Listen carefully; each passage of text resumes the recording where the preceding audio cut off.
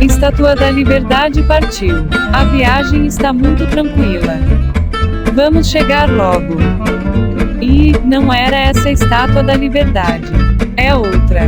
Vamos tentar de novo. Estátua da Liberdade partiu. Parece que agora estamos indo na direção certa. Chegamos. Agora sim, vamos começar. Taquinho! Tomás, como vão? Tudo bem? Hoje a Cris não está conosco aqui, hein? Tudo bem, Alberto? Bom estar de volta. Semana passada eu que não estava, agora estou aqui para compensar a falta da Cris, mas não vou conseguir. Ela é insubstituível. Olha aqui, está chegando o final de janeiro, né? O mês de janeiro todo meio sem notícias nacionais, não é isso? Lá começou o mês, as principais notícias foram Estados Unidos versus Irã, a família real lá, a saída do príncipe e da Meghan, da família real, e as notícias sobre a política doméstica aí no Brasil aí escassearam. Só que agora, antes mesmo do retorno do recesso do Congresso, a coisa já esquentou bastante, né? O Bolsonaro dizendo para o Moro, vai embora, vai embora, vai embora. O Caixa Preta do BNDES, 48 milhões para descobrir o que todo mundo já sabia. Conselho da Amazônia, o Brasil levando puxão de orelha internacional por conta dos problemas ambientais. Regina Duarte na cultura, lá o sujeito lá que falou lá, pegou as frases de Goebbels, né?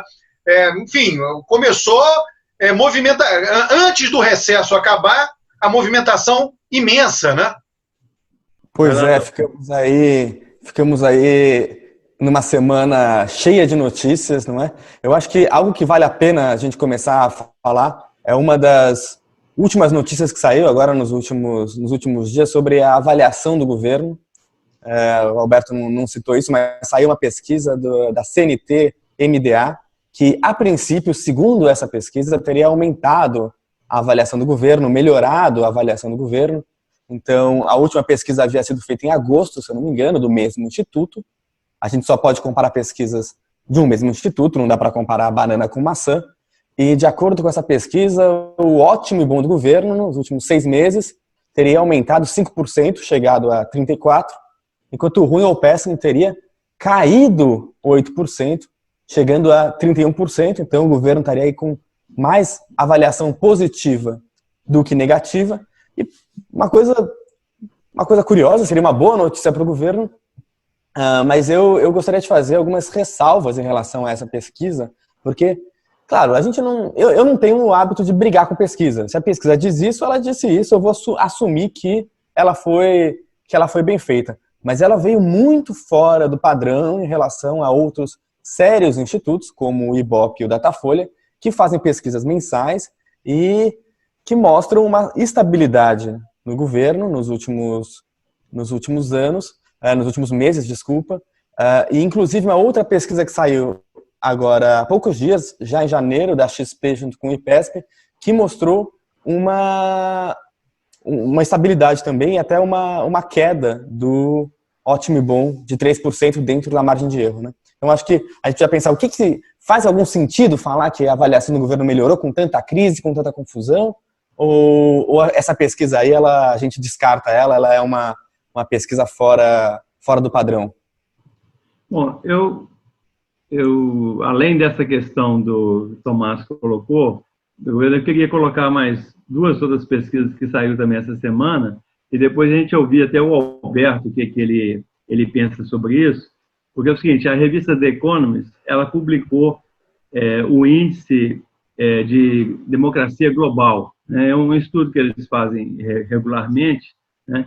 E mostra o seguinte, que só 5,7% dos países podem ser classificados como democracia plena. O Brasil é classificado como democracia imperfeita e ele está em 10º lugar na América Latina e em 52 no ranking mundial. Então, assim, é uma democracia com muitos problemas, uma democracia imperfeita, né, como o The Economist classifica.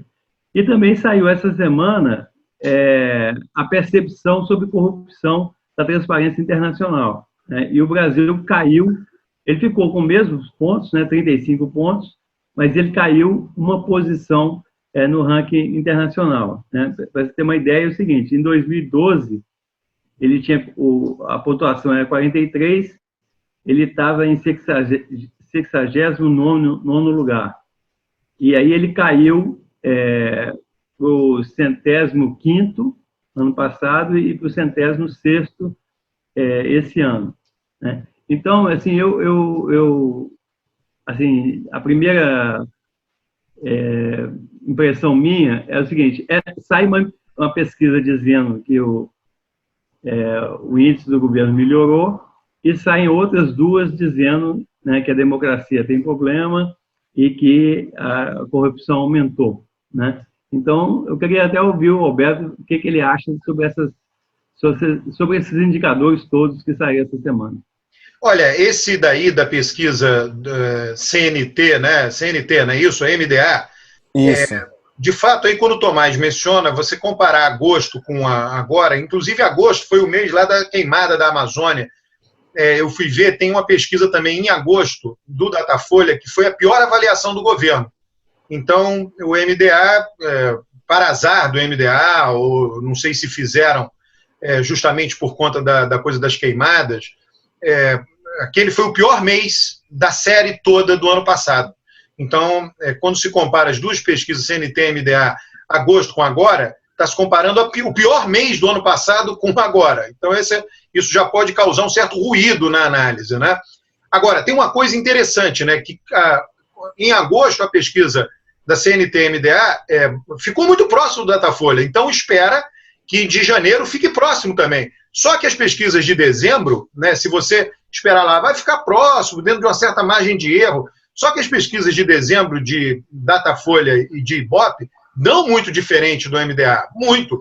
Seria uma variação muito abrupta e a gente teria que identificar alguma coisa responsável por essa variação muito abrupta. Talvez alguma coisa pouco visível, não sei, né? Uma soma de pequenas coisas, eu não sei. Não foi um Natal de consumo, não foi, longe disso, mas não sei se uma soma de pequenos fatores, do tipo liberação lá do FGTS, 13º salário, enfim, alguns pequenos fatores que tenham levado a uma melhoria, uma mudança tão abrupta.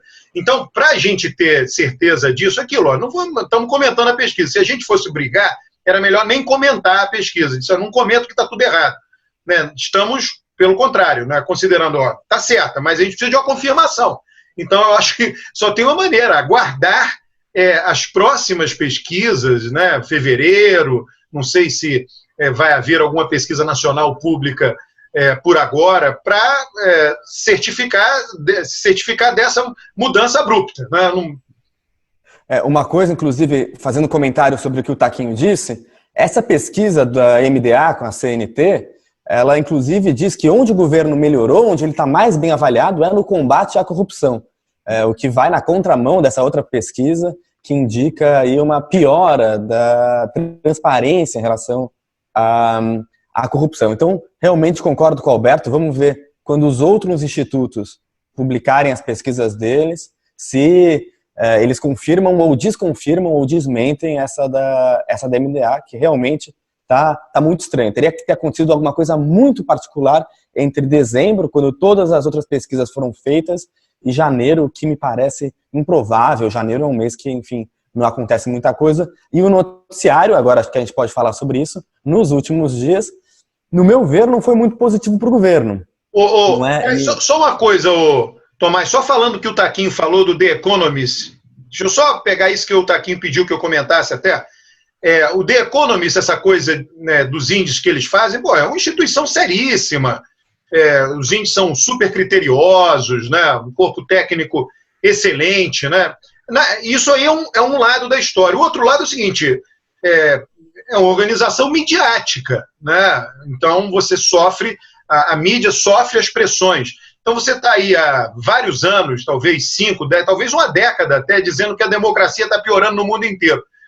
Já pensou você fazer uma pesquisa que diga, não, ela não piorou, não, ela melhorou? Quer dizer, iria contra as percepções gerais. Eu não estou dizendo que a pesquisa foi induzida para dizer, mas são pressões diferentes. Tem uma coisa técnica muito séria, por um lado, e tem uma pressão social, de formadores de opinião, jornalística, de políticos, muito grande, por outro, para que... imagina, você iria contra as percepções. Olha, eu vou dizer o seguinte, esse negócio de dizer que a democracia no Brasil é imperfeita, não sei se os índices captam, né? Aonde, né? Você está num município no Brasil, você vai pressionar o município para te atender. O município pode atender ou não, mas você consegue pressionar o prefeito. Você está no governo, governo estadual, você vai pressionar o governo para te atender. Está lá a crise do Rio da Água, né? Uma pressão gigante. O governo tem que responder, não tem jeito, está respondendo. Né? É o que a democracia faz. Né? Eu não consigo, né, ver aonde que a nossa democracia possa ser falha, né, nesse sentido. Ela responde às demandas da sociedade. Olha, vamos pegar as macro demandas. Inflação, Fernando Henrique foi lá e respondeu. Política social, Lula foi lá e respondeu. Então ela vem respondendo. Déficit habitacional, Minha Casa Minha Vida, programa Mais Médicos, vários programas. Ela vem atendendo. E a própria demanda para combate à corrupção vem sendo atendida.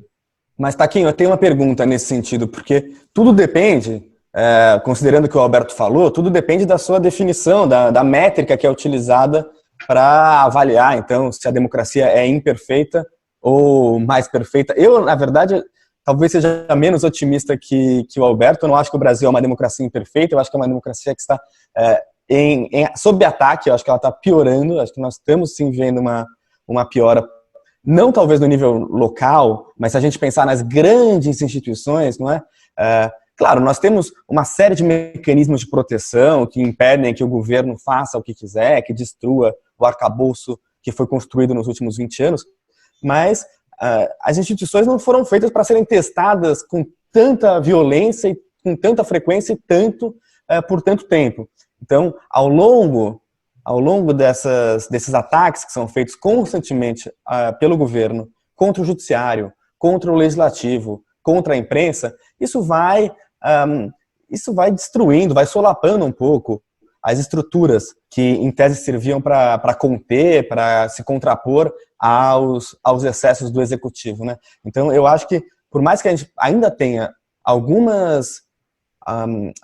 ainda temos alguns exemplos de como instituições estão se levantando contra os excessos do governo, o fato de elas terem sempre que levantar suas armas para se proteger, eu acho que isso enfraquece elas como um todo. Mas a minha pergunta, para ser bem específico, você sabe como é que foi feita qual a metodologia para definir que o Brasil é uma democracia imperfeita? Não, a metodologia da Economist, eles têm vários indicadores, né? E ele mede como que o país se comporta em cada indicador desse. Depois eles fazem um índice sintético para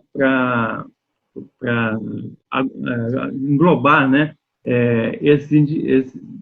todos os indicadores. Eu não estou com os dados assim na minha frente aqui de todos os indicadores, teria de olhar, mas eu acho que a gente pode responder essa questão do Alberto assim, de uma maneira muito simples. É que, pelo menos a percepção que eu tenho, é que a democracia brasileira, existe uma democracia que funciona, mas ela funciona mal. Ela tem poucos resultados para a população, né? Você vê que é o seguinte, o índice de pobreza no Brasil, ele, mesmo você usando uma régua muito baixa, ele vinha caindo e voltou a subir, né? O índice de fome voltou a subir, o índice de violência é muito alto. O atendimento, né, das demandas da população fica muito aquém, né, das expectativas. Por exemplo, aqui no Rio, nós temos, assim, além de todos os problemas de saneamento básico, a gente tem mais de 30 anos de democracia, e uma questão tão elementar, né, como saneamento básico, que é fundamental, né, para a saúde das pessoas e para a saúde do meio ambiente, né, a gente não consegue resolver. E agora a gente chega num momento aqui no Rio, quer dizer, uma das principais cidades do país, né, que a água, né, ela é de uma qualidade tão ruim, né, que e está provocando revolta da população, todo mundo tendo de comprar água mineral, porque o serviço, né, público responsável por atender a população, ele não consegue atender. Ô, Taquinho, mas olha, deixa eu dizer uma coisa, tá? Aí é o meu lado, a minha visão. Você pega e vê os resultados da ação do governo para a população, eu vou lá atrás, eu vou na Constituição de 88. Por incrível que pareça, o Brasil abandonou toda a sua população por séculos. Todo mundo sabe disso, ainda que a vida da população tenha melhorado com esse abandono, hein? 1988, a Constituição, é a primeira vez que nós escrevemos na lei maior do país que o ensino fundamental era obrigatório. 1988, foi logo ali para efeitos de história, pensando historicamente, 1988 foi anteontem, foi ontem. Não era obrigatório o ensino fundamental no Brasil. Aí o país gastou uma fortuna e universalizou o ensino fundamental. Em 1988, a gente criou o SUS. A população não tinha assistência de saúde. Tinha lá, a irmã Dulce se tornou santa porque não tinha assistência de saúde. Ela fez um hospital porque as pessoas não tinham para onde ir, em Salvador, em lugar nenhum do Brasil. E aí põe dinheiro na saúde. Não tem dinheiro para tudo, é um fato, né? Você não pode dizer a democracia está funcionando mal porque não tem dinheiro para tudo. Não tem dinheiro para tudo, a gente sabe, você sabe, é um estudioso da demografia, sabe o quanto de dinheiro vai para a Previdência, por exemplo. Então, mas essa que é a questão, quer dizer, a gente tem... esse é para mim, uma coisa muito clara de uma democracia imperfeita, porque ela consegue resolver alguns problemas, mas ela deixa outros que são fundamentais sem resolução, né, e ela compromete, inclusive, o futuro. Porque o que está acontecendo com o Brasil hoje, em termos de economia? Nós temos uma economia que eu chamo de submergente, porque nós... na média, desde a Constituição para cá, o Brasil cresce menos do que a média mundial, né? Antes disso, olha só, em termos de crescimento econômico, né, a gente pegando aí no longo prazo, o Brasil, durante todo o século XX, ele cresceu mais do que a média mundial, né? Da Constituição para cá, né? Quer dizer, um pouquinho antes da Constituição, não foi simplesmente a Constituição, mas o Brasil passou a crescer menos do que a média mundial e passou a crescer muito menos do que os países submergentes. Então, a gente está ficando para trás. Ô, Taquinho, agora... em relação ao resto do mundo. Essa discussão é muito boa. Tá bom, o Brasil cresceu mais quando? Quando era a ditadura. A China cresceu... Não sou contra a ditadura. No governo JK, por exemplo... Não, mas em toda ditadura, a literatura de ciência política mostra regimes autoritários forçam o crescimento econômico e melhoram a vida da população. Então, esse conceito de democracia... O segundo governo Vargas, né, o governo JK, né, todos esses governos cresceram muito mais do que o período recente aí, democrático aí, pós-constituinte. Mas a ditadura cresceu mais do que o período recente. Cresceu muito mais. O milagre econômico foi... Então, se você fosse medir... Eu não estou fazendo apologia do crescimento, não. Eu estou só dizendo o seguinte, que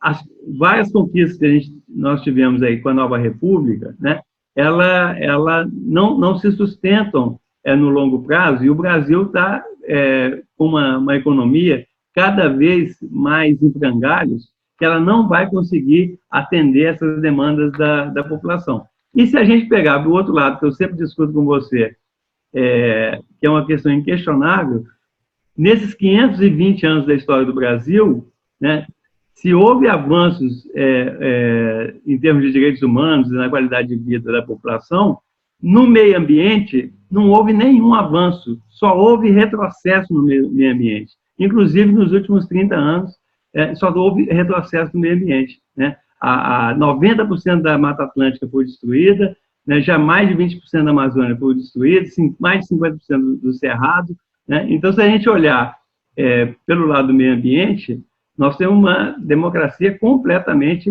imperfeita, porque ela não consegue incorporar, vamos dizer assim, os animais, as plantas... Mas eles não votam. Não é isso, não. Biodiversidade. Mas eles não votam, mas eu vou te dizer, não é uma demanda da sociedade. Se fosse uma demanda da sociedade, haveria incorporação disso. A sociedade precisa se conscientizar da importância disso.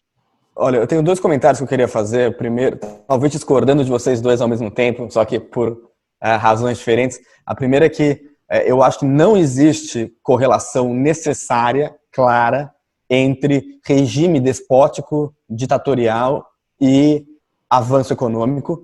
Existem, sim, casos, Coreia do Sul, China, mesmo o Brasil, durante um certo período do regime militar, em que os países cresceram muito sob regimes autoritários.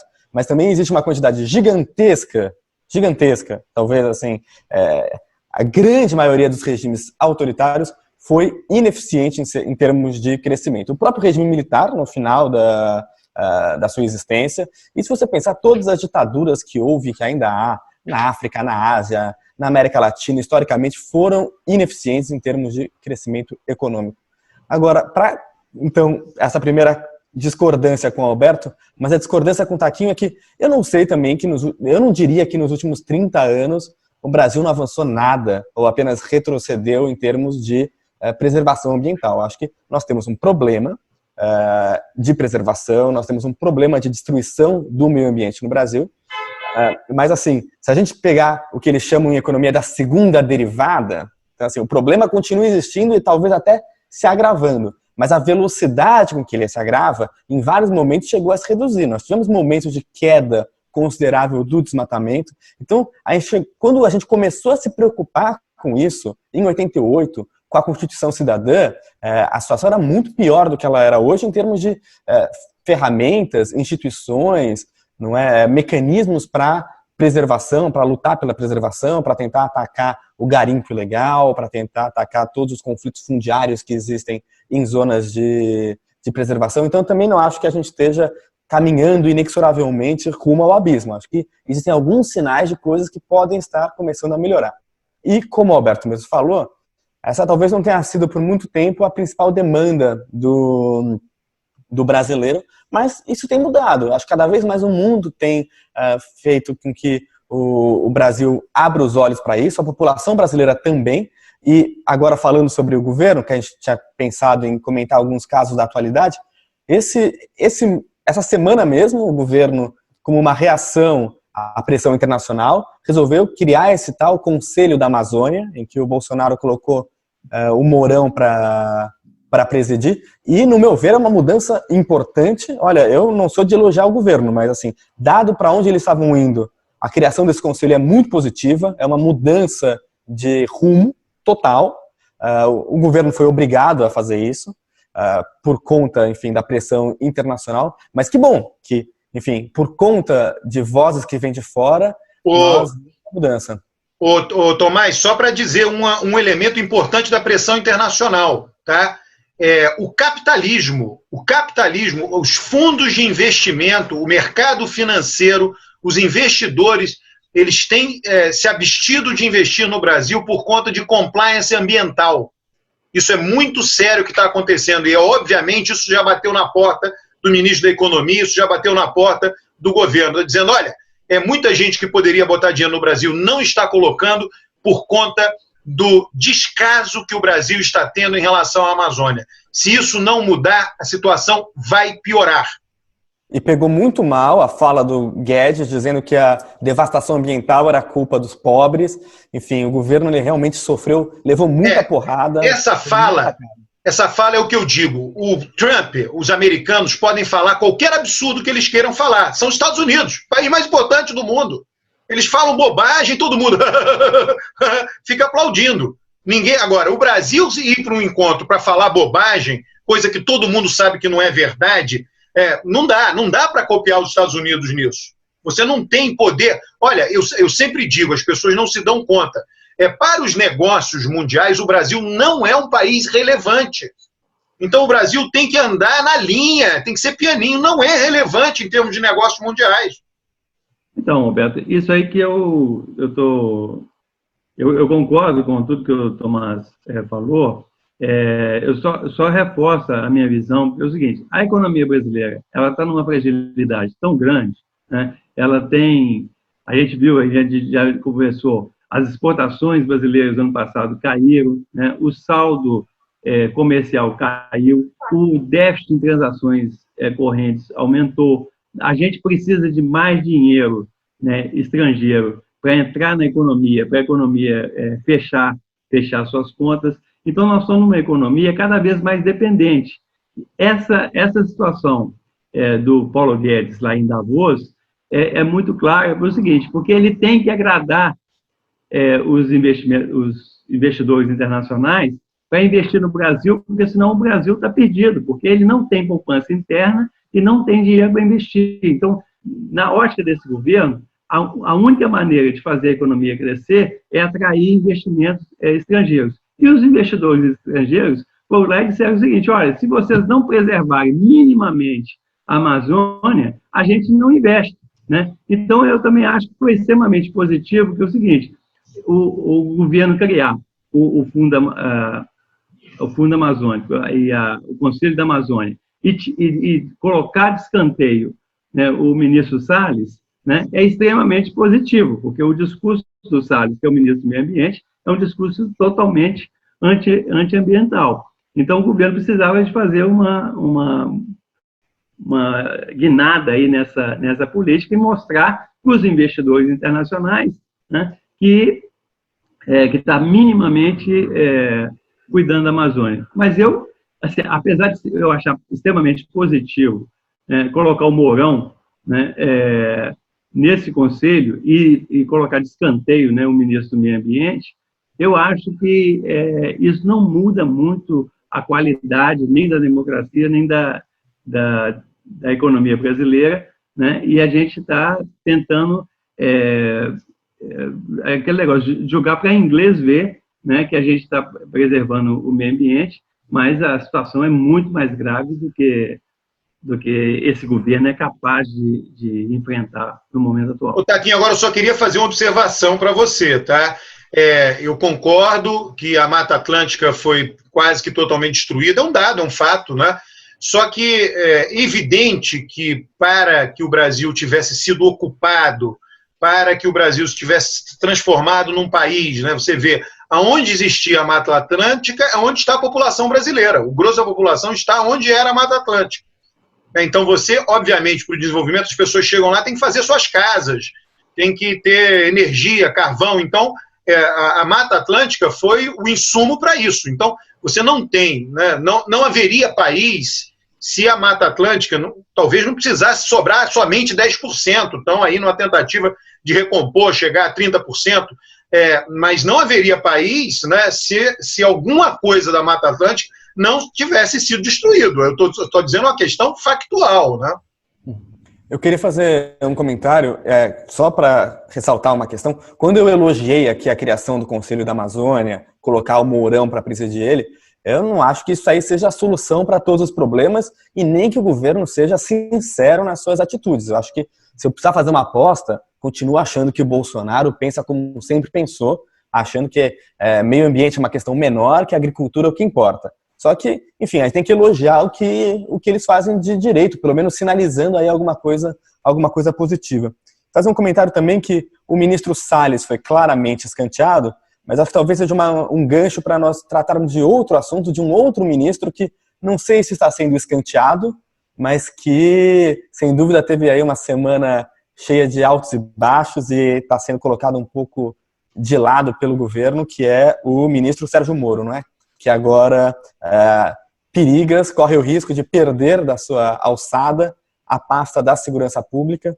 Enfim, Alberto, você acha que o Bolsonaro está querendo se livrar do Moro? Ontem o Flávio Bolsonaro disse que a criminalidade no Brasil caiu, mas não se deve a nenhuma medida do Moro, que o Moro não tomou nenhuma medida para que isso acontecesse. Você viu isso? Teve essa declaração. Teve o Alberto Fraga, que seria o candidato ao Ministério da Segurança Pública, dizendo que o Moro não tem nenhum conhecimento técnico de segurança pública. Então ele só leva pancada, porque ele se tornou uma ameaça a Bolsonaro na corrida presidencial de 2022. Bolsonaro é político. ele quer tirar da frente a ameaça. Isso não tem a menor dúvida. Eu acho que a situação do Moro é uma situação complicada. Cedo ou tarde, ele vai estar fora do governo. Mas hoje parece que o Bolsonaro já voltou atrás. Eu vi isso. Também ele não é louco de romper nem com o posto Ipiranga, nem com o Moro, que dá uma certa legitimidade, né? E para completar o que o Tomás falou, quer dizer, o governo também movimentou esse mês, né, tirando um nazista declarado da cultura, né, e colocando, ainda não está totalmente certo, mas colocando a Regina Duarte na cultura, que também é um movimento mais ou menos esse do meio ambiente, né?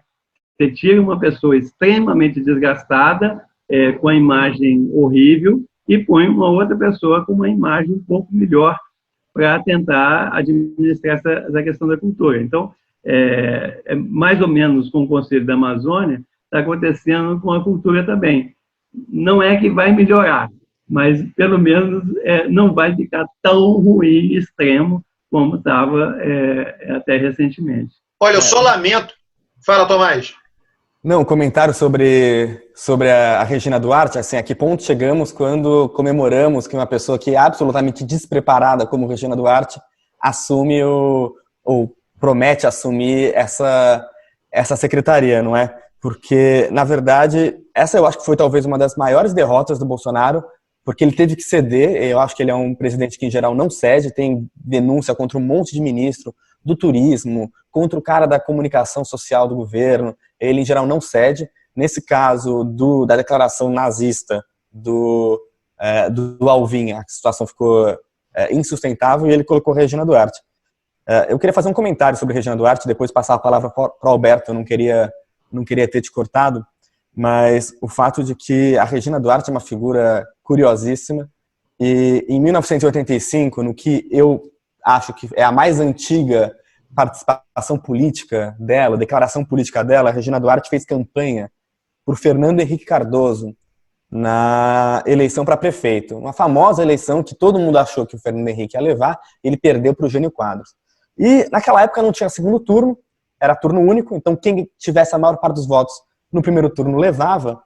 E a Regina Duarte aparece na televisão pedindo voto para a FHC, não vote no Suplicy, ela diz, porque isso aí vai ajudar o Jânio. Mas o que ela fala para atacar o Jânio são duas coisas. Primeiro, que o Jânio representaria a volta das forças da ditadura, e segundo, que era preciso lembrar o que aconteceu na Alemanha na década de 30, quando os democratas se dividiram e Hitler chegou ao poder. Eu acho isso tudo muito curioso, porque ela agora aceita, ou parece querer aceitar, primeiro, um governo que claramente é a volta das forças da ditadura, e segundo, assumir o lugar de um cara que estava citando ideias nazistas. Então eu queria fazer essa observação. Regina Duarte, quem te viu, quem te vê. Excelente resgate histórico, Tomás, excelente. Olha, até o que eu ia falar complementa um pouco, não sendo um resgate histórico, um lamento meu do Brasil ter um governo de direita. Governo de direita todo lugar tem, governo de esquerda tem alternância do poder, democracia é isso. Mas um governo tão irracional, tão maluco, né, uma coisa tão, né, desqualificada, é impressionante, uma desqualificação completa, é lamentável. O Brasil não merece isso, não merecia isso. Uma incompetência em todos os sentidos, né, no meio ambiente, na economia, na política, etc. Ou seja, para provocar o Alberto aí, é muita imperfeição. Você não me provoca, não. Eu já estou muito treinado para não aceitar nenhuma provocação sua, Taquinho. Olha aqui, turma, a gente está aqui, chegou o nosso tempo aqui, né? Não conseguimos falar da caixa preta do BNDES, mas não existia a caixa preta, então não tem assunto. Não tenho o que falar. Agora, falamos da caixa preta do BNDES. Ô, Tomás, teve 48 milhões para descobrir o que todo mundo já sabia. Não, é inacreditável essa acusação contra o BNDES, contra o Luciano Coutinho. Agora foi provado que ali todos os projetos são aprovados por uma série de pareceristas, uma série de analistas, uma série de conselheiros. Ali não é dinheiro dado para amigos. Você pode discordar da política industrial do BNDES, mas essa história de caixa preta é uma invenção barata. Então a gente já falou do assunto porque basicamente não havia caixa preta. Ô Tomás, está tudo no site do BNDES, sempre esteve. Tudo que o BNDES faz está no site do BNDES. É isso aí, né, pessoal? Então, Roberto, só mais uma coisinha, porque a gente falou hoje muito em crescimento, mas a gente tinha prometido falar em decrescimento, então a gente joga aí para o próximo programa para a gente debater um pouco. Não, dizer para o pessoal. A gente não esqueceu do decrescimento, a gente não esqueceu. Exatamente. A gente fazer esse confronto, essa discussão sobre o que é crescimento, o que é decrescimento e o que isso significa no mundo atual. Não, perfeito. Olha aí, Tomás. Obrigado, Taquinho. Eu que agradeço. Obrigado, Um abração para vocês. Um abraço para os nossos telespectadores, né? E uma coisa, Alberto, eu percebi que a gente nunca fala uma coisa. Para quem chegou até o final assistindo a gente, dá um like aqui embaixo não é? A gente sempre esquece de falar, dá like, compartilha, isso é importante. Diga para os amigos que gostou, etc, etc. Sim. Beleza.